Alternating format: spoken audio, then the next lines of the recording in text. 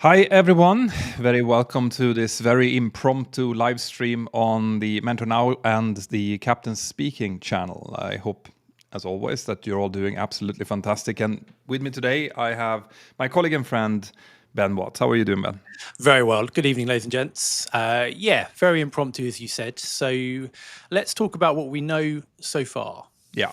So I have been very clear with the fact that I don't want to share any type of speculation on this channel. So those of you who have been following this will recognize that. But it's also a fact that we are not hearing anything. We haven't heard anything from the official sources. And the latest information we have is that the interim report on the Air India Flight 171 accident is likely going to be released maybe on Friday. But given that we have got no information whatsoever so far, we don't really know what is going to be inside of that interim report either.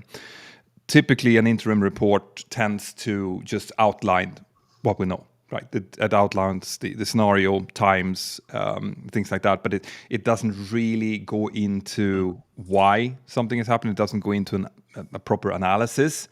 And it's likely that we're going to get something similar.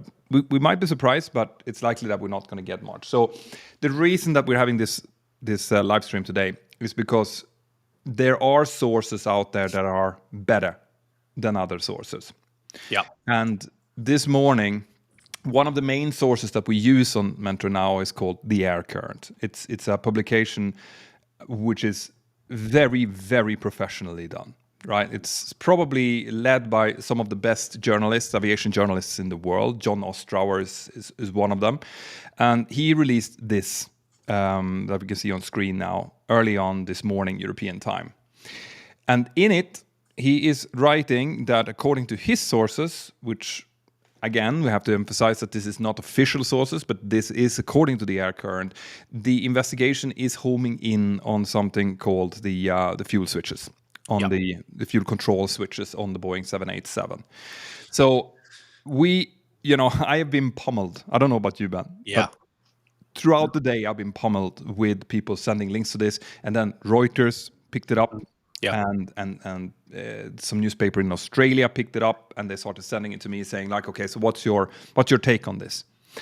And because it's not official information, we can, of course, not say that this is 100% true. However, the fact that the Air Current is going out and writing something like this means that they have very credible sources inside, likely, of the investigation, or with privy to more information that we have anyway. Yeah. So I thought what we can do today is, obviously, we're not going to be speculating on why these fuel switches might be involved, but we can talk about the fuel switches in themselves and what they do. Absolutely. Right. So, Ben, if you want to take it away, maybe. Yeah, for sure. So what we're seeing on screen here, ladies and gents, so fuel switches in the 787, they're called the fuel control switches. In the aircraft that we fly, they're called the engine start levers. They effectively do the same thing. And these are the switches that we use only a few times a day. In a long-haul aircraft will be twice a day. And what we do, these control the fuel and the ignition that goes into the engine to start them. And then when we move them down, it will do the opposite. So these are switches that are key to our operation on the ground. They allow us to start the engines. But once we've started these engines, these are switches that we do not touch until we've shut down at the other end, unless something non-normal has happened, in which case, which we'll talk about more in a moment. And as you can see in the photo here, on that photo there, we've got a couple of positions. And what we can actually do, Peter, we can do that now, actually, is we could jump in. I've got a simulator up and running here.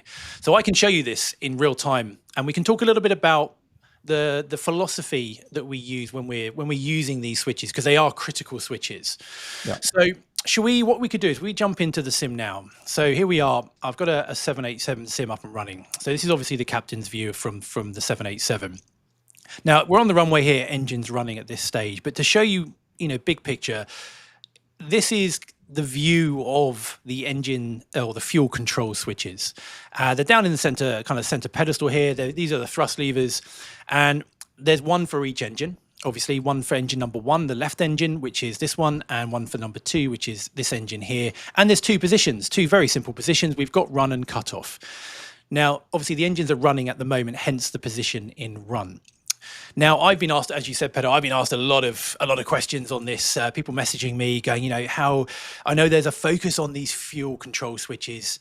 Is it something that can be accidentally knocked, or can they be moved by accident? And the answer from me is no. These are something that will require a deliberate action in order to be changed. And what we've got here is to actually move these switches. It's not like a light switch or maybe a normal switch where you can just toggle them on and off. To move this switch here, for example, from run to cutoff, it's a deliberate movement that we have to make. And on the ground, if we were, say we were on stand now, we've got the APU running or ground power. So the electricity is being supplied not by the engines, but by something else. We will come and shut down these engines. And it's a deliberate action. And to do that, we have to actually pull this switch up away from this center pedestal, because there's a little detent that you might be able to see just here that prevents it accidentally being knocked to cutoff. And it's a real deliberate pull. It's not just a little bit. You couldn't just knock it and it would go to cut off. You've got to actually pull this out. And these are actually coincidentally the same switches that we have on the 737 MAX and newer 737 NGs. As far as I understand it, Peter, they're also the same as what we have on 777s, 74s. Yeah, I mean the big difference from the old NG 737 NG that we used to run was that they were bigger switches and they weren't electronic. These ones are electronic. It is very, very important to understand, and I want to emphasize what you just said, Ben, is that these switches, they are only used to start the engines, shut the engines down, or to deal with certain very, very severe malfunctions, like an engine fire or an engine shutdown in flight, right? Yeah. Otherwise, you'd start the engine, they're on run in this case, and then once you are at the gate at your destination, that's when you move them. And when you move them, what you're doing is you're telling the aircraft that I want the engine to be shut down now. Yes. Right? That's what it is. It's an on-off button essentially of each engine, and like you said, to turn it off, pull it up. Yep. And then flick it down. Let's see. There we go.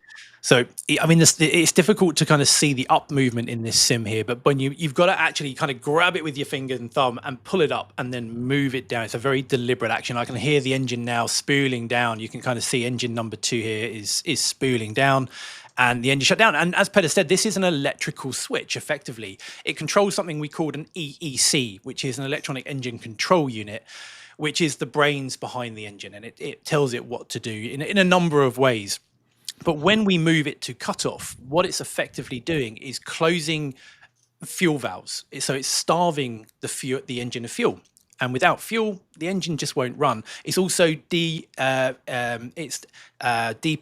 the engine igniters as well. So a bit like a car engine, you have spark plugs, kind of similar to that. They're just igniters that will ignite the fuel, and it means they're depowered as well. So thinking of the fire triangle where you need an ignition, you need heat, and you need something to burn, it's taking away those. So you've now got no fuel to burn, you've got nothing to ignite it, and obviously the fire in the engine goes out and the engine shuts down. And similarly, the opposite happens in reverse. Yeah, and the important thing to point out, and the reason I brought up those old fuel switches on the NG, on the 737 NG, was that you could potentially start the engines with those ones and leave the start switches or the fuel levels outside of the detent. Yes. And if you did that and you were flying, they could vibrate to a point when they just went to the off position. That's not possible on electronic switches. Like you have to put it into the detent for it to work. So for these engines to have been started, the fuel levels would have been in the run position, and in order for, if these switches were involved in the engines stopping to produce thrust, they would have needed to moved into the cutoff position. Yeah, right? Yeah. And now, again, since we're dealing with information that is secondhand, effectively, we're not dealing with information that comes straight from the investigation. I'm not going to even go into why this would have happened, right? I'm going to leave that up to people. And once again, there's a high, or not high, but there is a possibility that when we do get the initial report, it will point to something else. But there is a couple of things in here that would point towards this, that makes me think that the air current is maybe onto something, and that is we haven't seen any type of safety action being action so far. Correct. If the way that the investigation works is that they will of course get the flight data recorder and the cockpit voice recorder, and they will start to decipher that. And the flight data recorder will show exactly the position of these switches, for example. Yeah. Like they will show on, off, or run or cut off in this point. Yeah. They will show when it happened, how it happened. They will show the signals that have traveled over to the spar fuel valve to shut off the fuel. They will show everything. Yeah. And if there's something happening during the course of an investigation that indicates that there is a danger out here, there's a threat towards people that are traveling on, for example, 787s, the investigation will move very, very quickly, right? They will contact Boeing and see, who is it that was doing these engines again? It's a GENX, so it's General Electric, immediately, and say that, listen, we've found indications of this, do something. And then you would see these like emergency airworthiness directives go out. Yep. But we haven't seen anything, right? We've seen nothing whatsoever. And if the fuel switches are turned off, for whatever reason, by whoever, then that is not something that's wrong with the aircraft. And the aircraft is then working and operating as expected, which would mean that there would be no need for any type of safety action to take place. Correct. And it also, I mean, it's something we spoke about in the original live stream when this was first presented to us, is that from the footage that you can see, one of the things we picked up on was that if the engines failed, if that was the cause, and bearing in mind at the time we didn't know that was the cause, but if the engines failed, it's most likely they failed almost instantaneously, almost at exactly the same time. Because if one failed and then another, you would see some form of visible yaw, as one engine is producing thrust and the other one isn't. But the fact that that's very difficult to perceive, when you look at videos on YouTube of aircraft with engine failures, you'll see the aircraft yaw. There was none of that, which means that, again, this had to happen simultaneously with both engines. Yeah, that's significant because in the Air Current article, they also pointed out that the 787 has a compensation program, a technical program, basically that the aircraft will itself feel that there is differential thrust being produced and will input rather to compensate for that, right? Yeah, and that makes sense, but the thing is that those systems are never instantaneous. No. Like you would always see one engine. If one engine fails, the aircraft would yaw, and then the system would come in and correct it.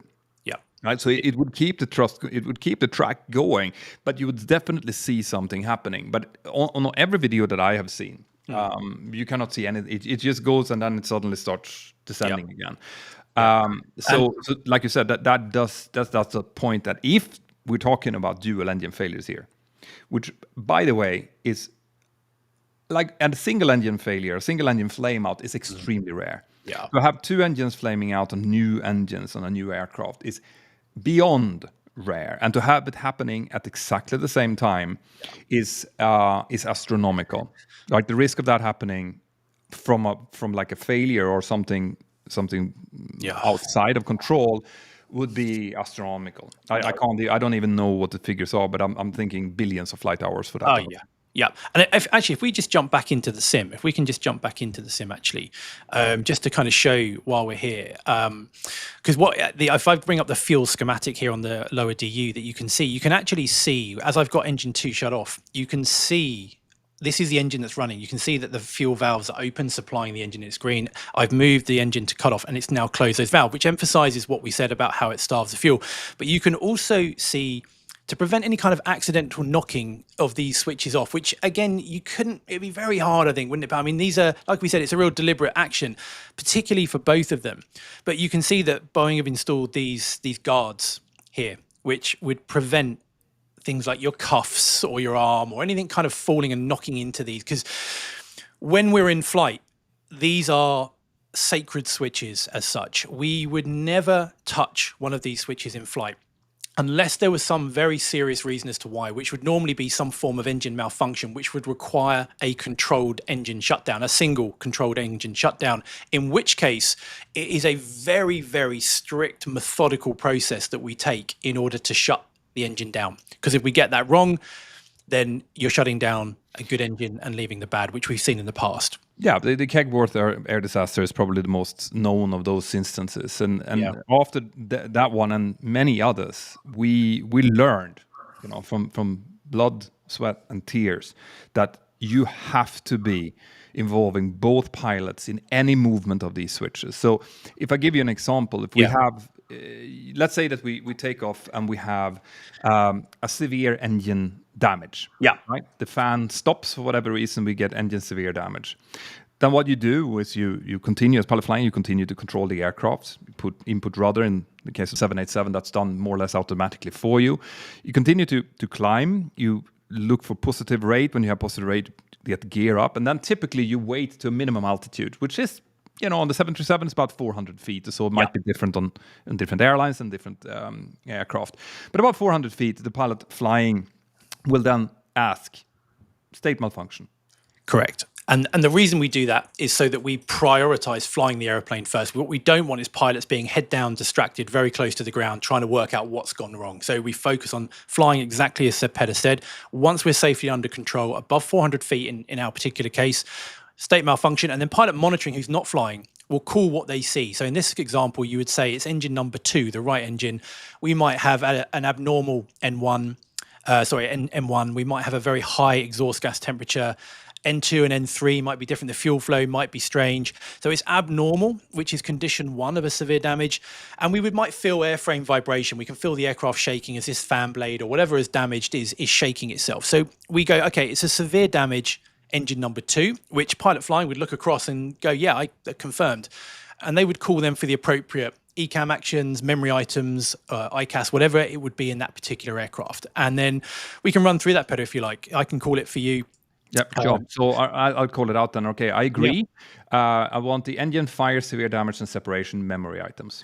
Okay, so memory items, and this is, bearing in mind, this is just an example. This isn't specific for the 7.8. This is just an example we're using for the 7.3, but it'll be very, very similar.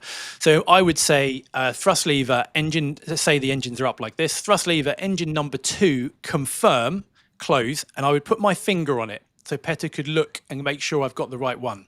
Yep, and I will look over, and since this is an engine and I am flying, and I'm pilot flying at this moment, I will put my hand and I say confirm. Yeah, sorry, Petter. Yeah. And then I will close it, because that's gonna, at least in the 737, that's gonna have an effect on the handling characteristics of the aircraft. So correct. I will close it. But the important point is that because this affects the thrust, we are now confirming, we're double checking before we move anything.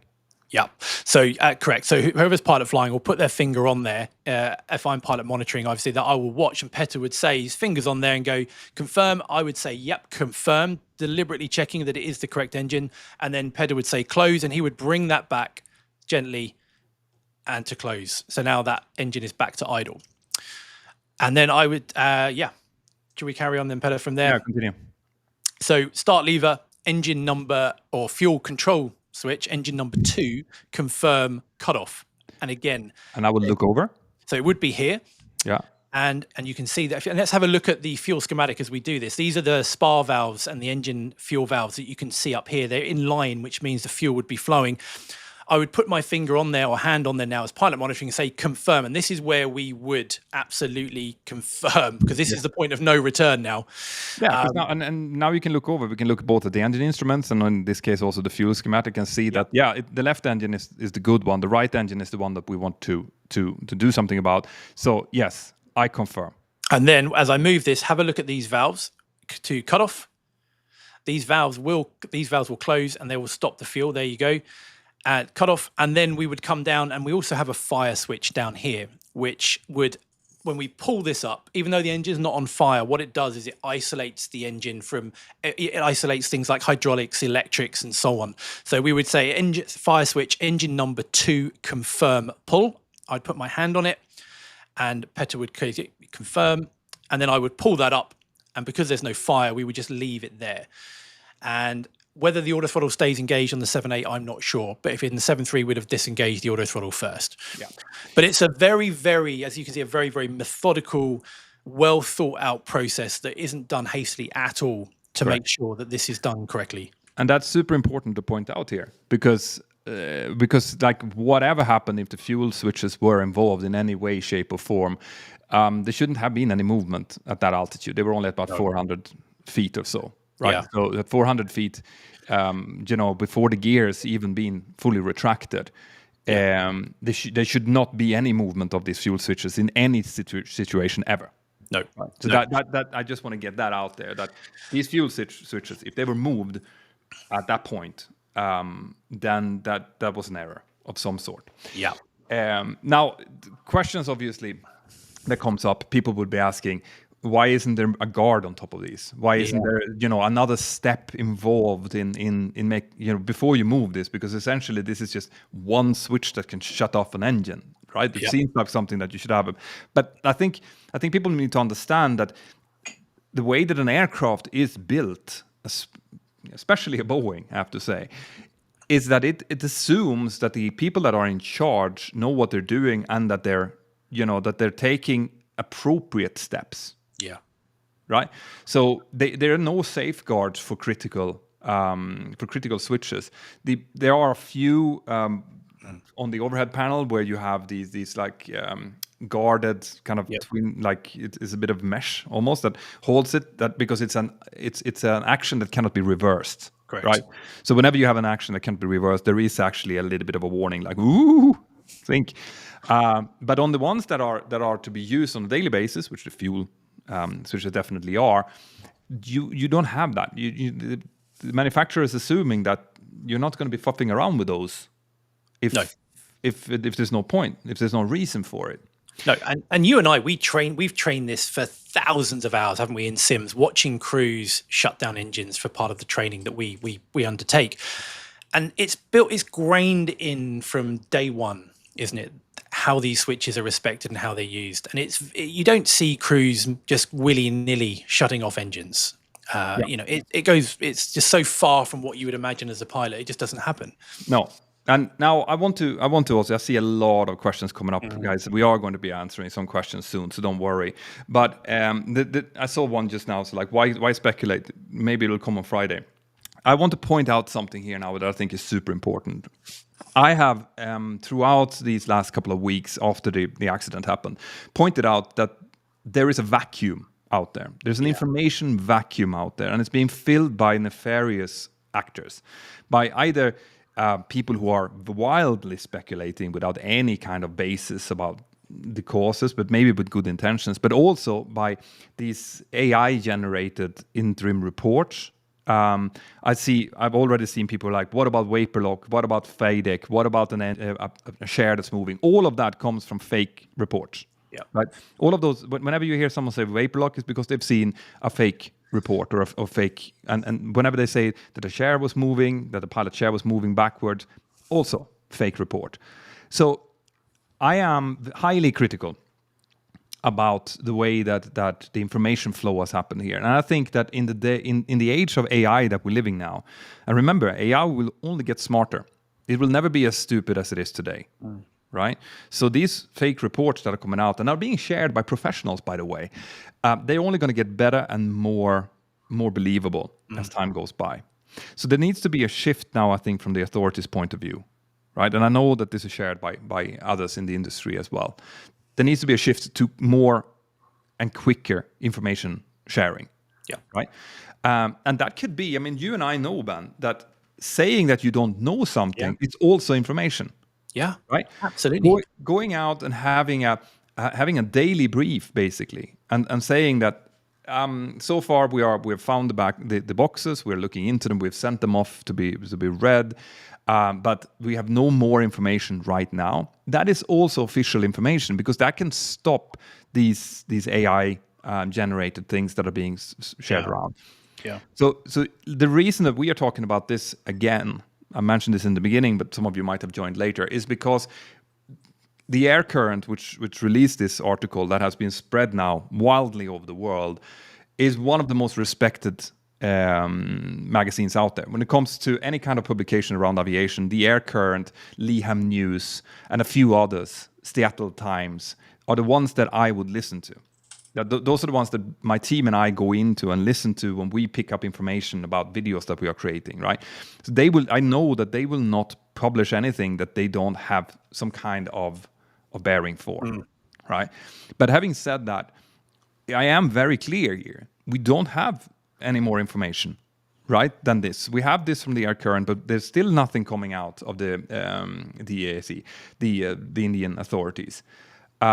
So the reason we are doing this live stream now is just to show you the technical information behind and the kind of procedures that we follow, right? Yeah. When we deal with this switch. It doesn't mean that it is this switch. It could come out on Friday that it's something completely different. But if you see this kind of this information now being spread from other sources around, at least now you know what these fuel switches do, right? So Absolutely. And people can make their own, as you said, the vacuum is what's dangerous, because that just fuels conspiracy. Yeah. So, and as we know just from day-to-day flying, if we've got a big air traffic control delay and it's like an hour and a half long, we'll tell the passengers. But the worst thing we can do now is just sit there for an hour and a half up the front, twiddling our thumbs. We need to, even if every 15 minutes, 20 minutes, even if there's nothing to say, just a quick update, ladies and gents, look, we're still negotiating. We're trying to get a direct routing or whatever. Just keep people updated. And it's the same with this.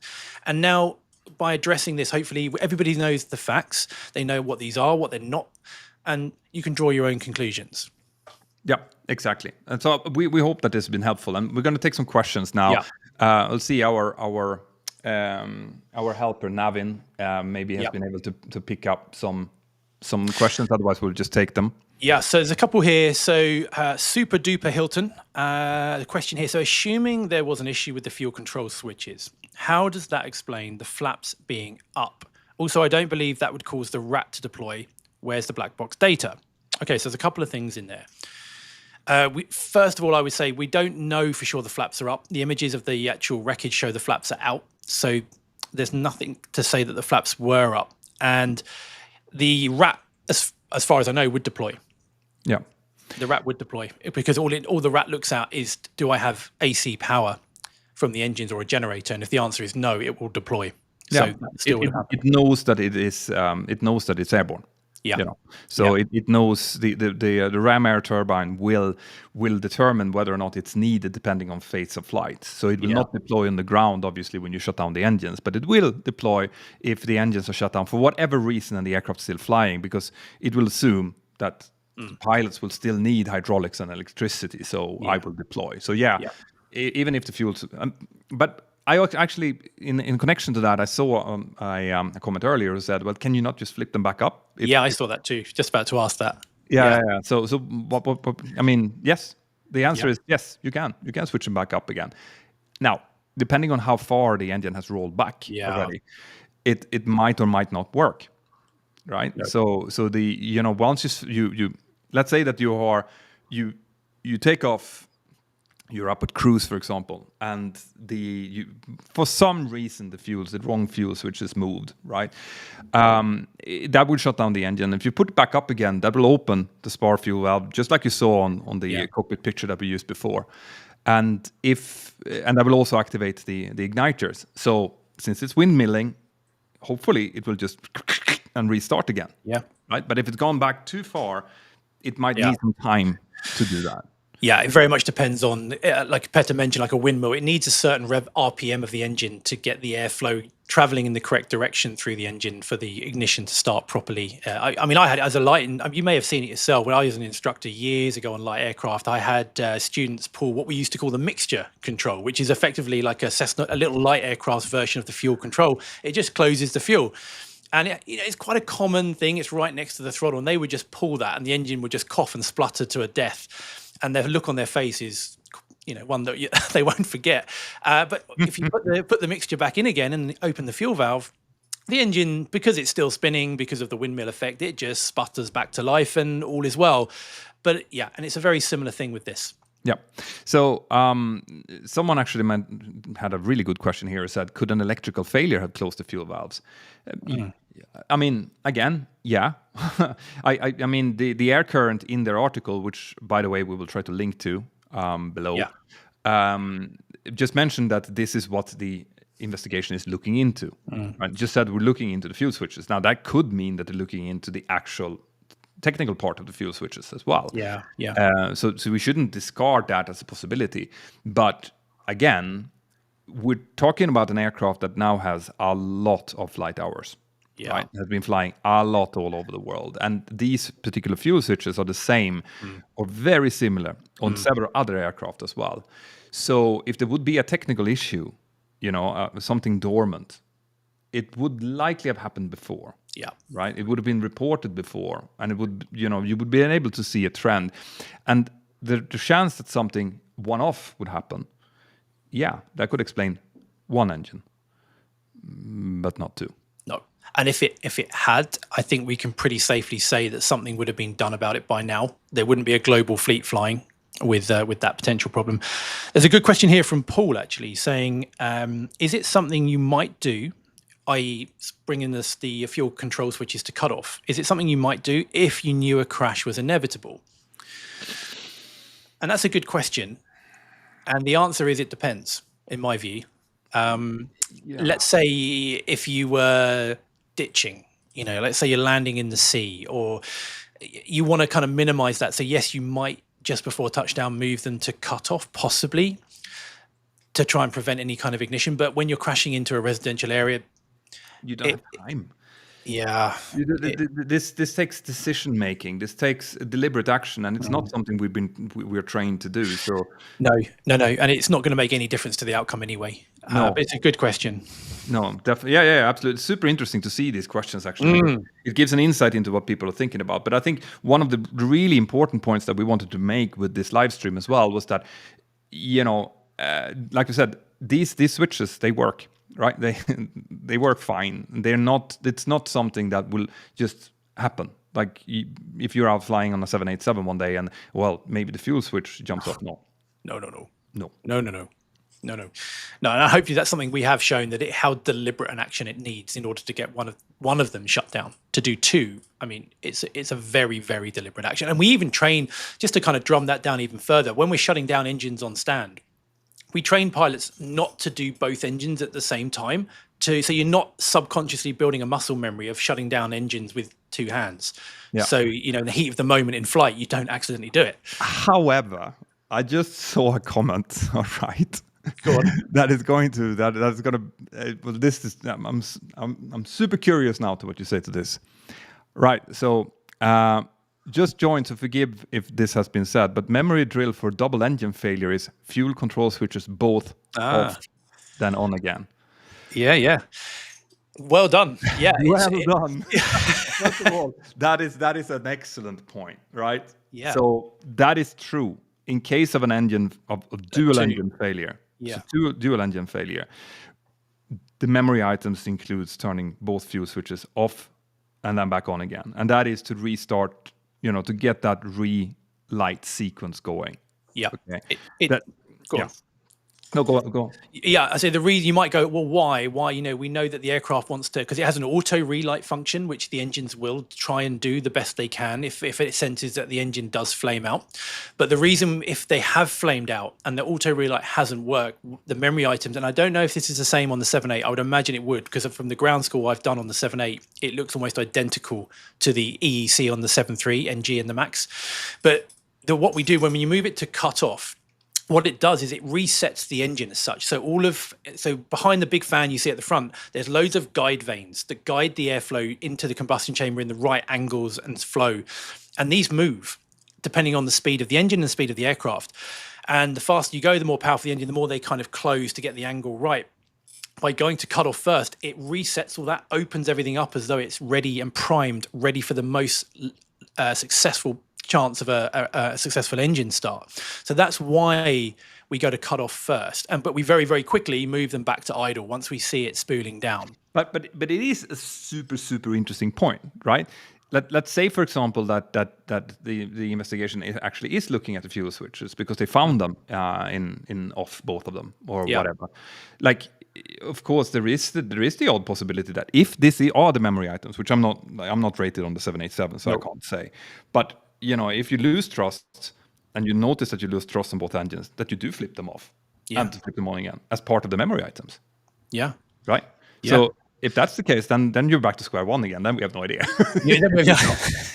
But then we're looking at a double engine failure again, aren't we? We're back into that. Yeah. Exactly. We're back into to the unexplained double engine failure at exactly the same. And the other thing I would add to that is that we know that we don't know for sure, but from what we can see, it looks as though the gear lever was selected up. So, and then the engines failed or the electrics failed. So maybe you can repeat why you say that.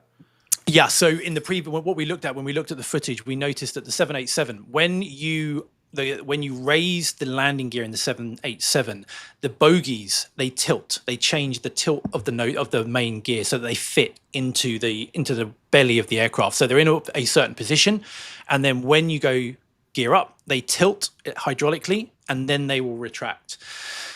We saw the tilt, but we didn't see anything after that, which tells us that the engines failed just after the gear was selected up, which means it lost hydraulic power. So there's no way you'd be doing memory items that close to the ground that quickly, because the gear is the first thing. Raising the landing gear is pretty much the very first thing we do as soon as we get airborne. As soon as we see we're safely climbing away from the ground, straight away, the first thing, positive rate of climb, gear goes up. And at that point, it seems that the engines, both of them, were shut off. Yeah. You wouldn't go into memory items at that point. Again, apart from this is going into speculation. So so the only thing we wanted to touch on really again was the fact that the air current is pointing this way, the fact that several other reputable newspapers and news organizations like Reuters, for example, have picked it up. So we thought that, in all fairness to everyone who is following the channel, this is what we try to do. We try to inform whenever there is an information vacuum like we're living in right now regarding this. We try to give as much information we can without pointing fingers, right? Because anything is still on the table until the official report can actually come out and confirm something for us. And then again, we're just waiting to do a proper mention now video to explain whatever we get from the official report.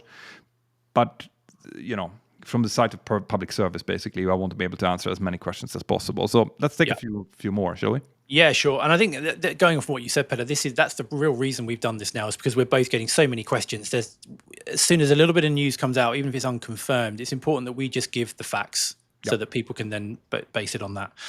Let's have a look. So here, SSS Hex, can those switches, the fuel control switches, could they have been moved simply by the impact force? Well, we don't know what position those switches are in yet. There's nothing official yet. This is just what we've heard the focus of the investigation is on. But the black box is the flight data recorder, whether it will record all of this. It will record every single switch that we touch day to day. Everything is recorded. Yeah. So whether they're found in that position or not is kind of irrelevant, because they're going to be looking at the data that led up to that before that point anyway. Good. Anything you'd add to that, Peter? No. ESB234 is asking, when will we see a preliminary report? The indications we have now is that on Friday we will likely see a preliminary report. But again, it depends on how much the investigation is willing to divulge on that. It might just be basically a 4-page report saying this is what happened on this day. Yeah. Yeah. But we will dive into it more, obviously, as soon as anything comes out. We will. Any other questions that you can see there, Peter, that you'd like to answer?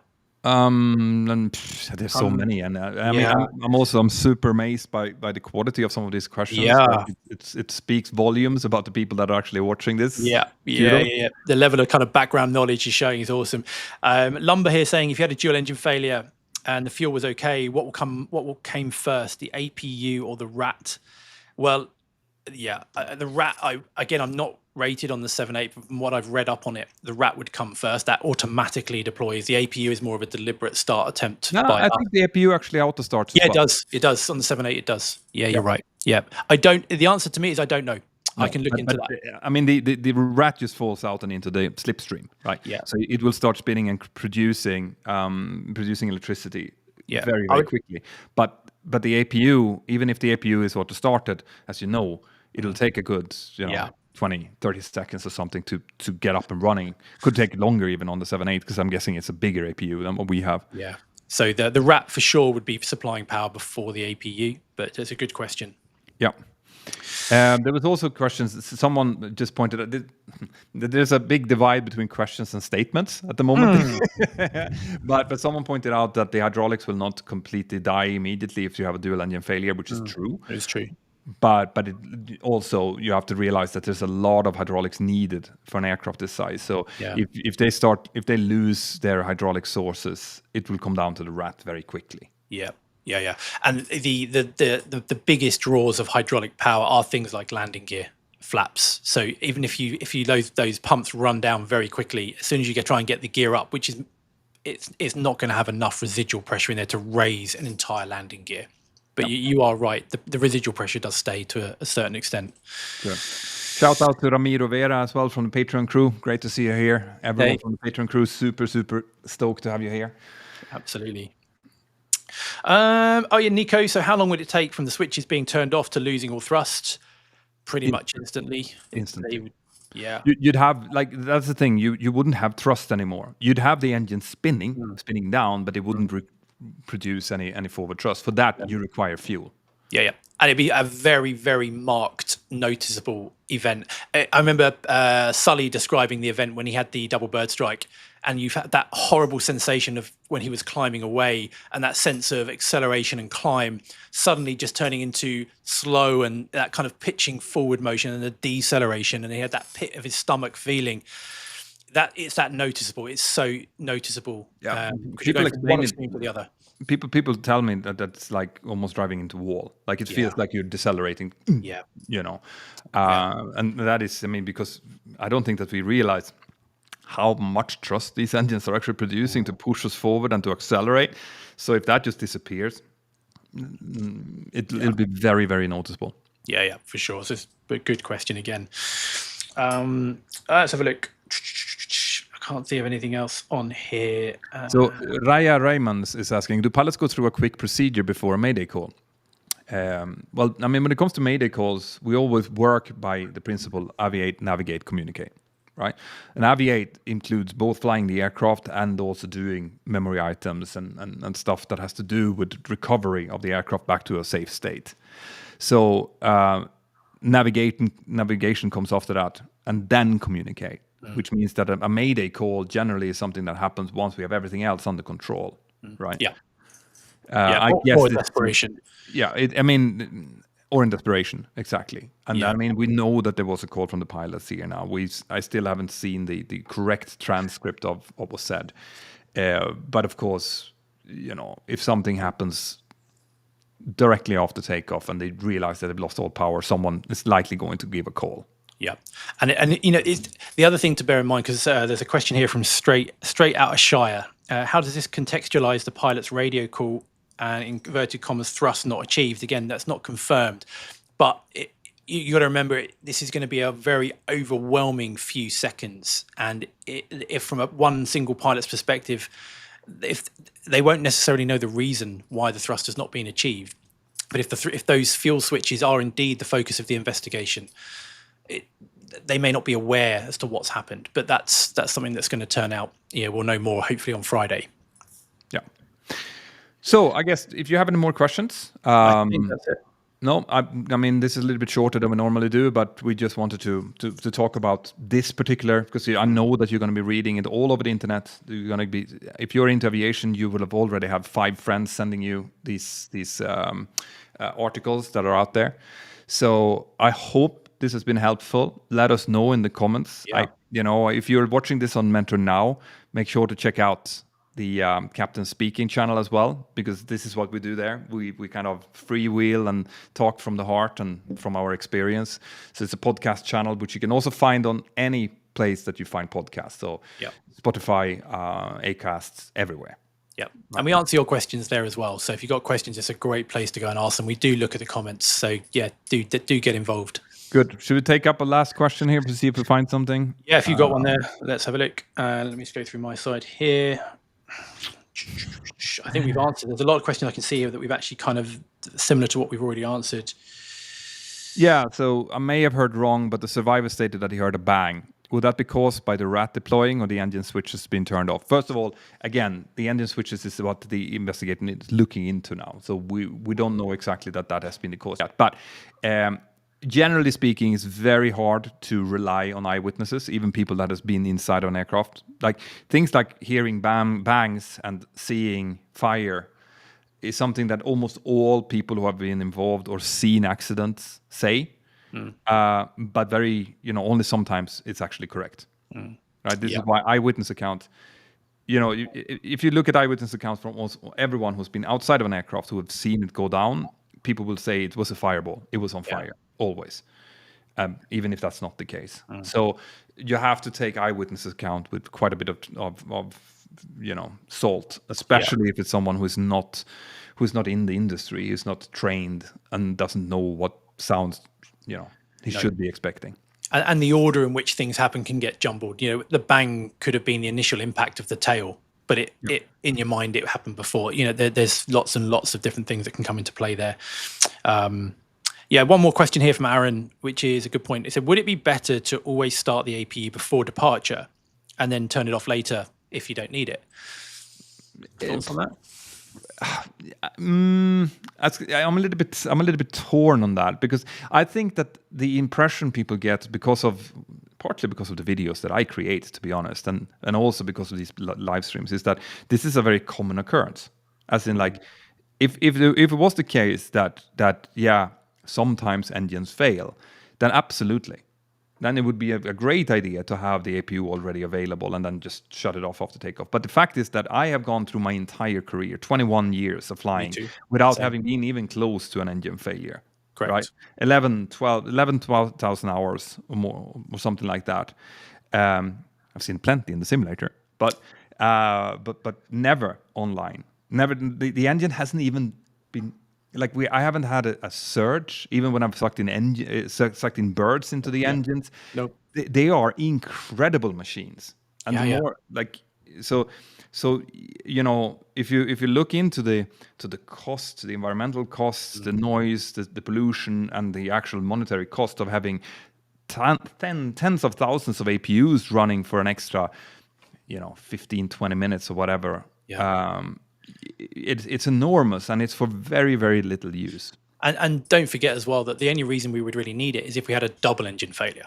Yeah. Because if you've got a single engine failure, you've still got the other engine producing electricity and hydraulics and everything else. So the logic, I get, but the chance of actually needing that would be billions to one, I'm sure. Yeah. So on that notice, we are looking forward to see what the interim report will say. Hopefully on Friday, we will then be creating a video very quickly and have it with you on Mentor Now as soon as we possibly can, to give you any more information about it. If there's anything really like groundbreaking, we might do another one of these live streams or an emergency podcast on Captain Speaking. But until then, I hope this has been informative. And I wish everyone a pleasant evening. Yeah, have a good night, everybody. Thanks for all the amazing questions. And hopefully see you over on one of the podcasts. Take care.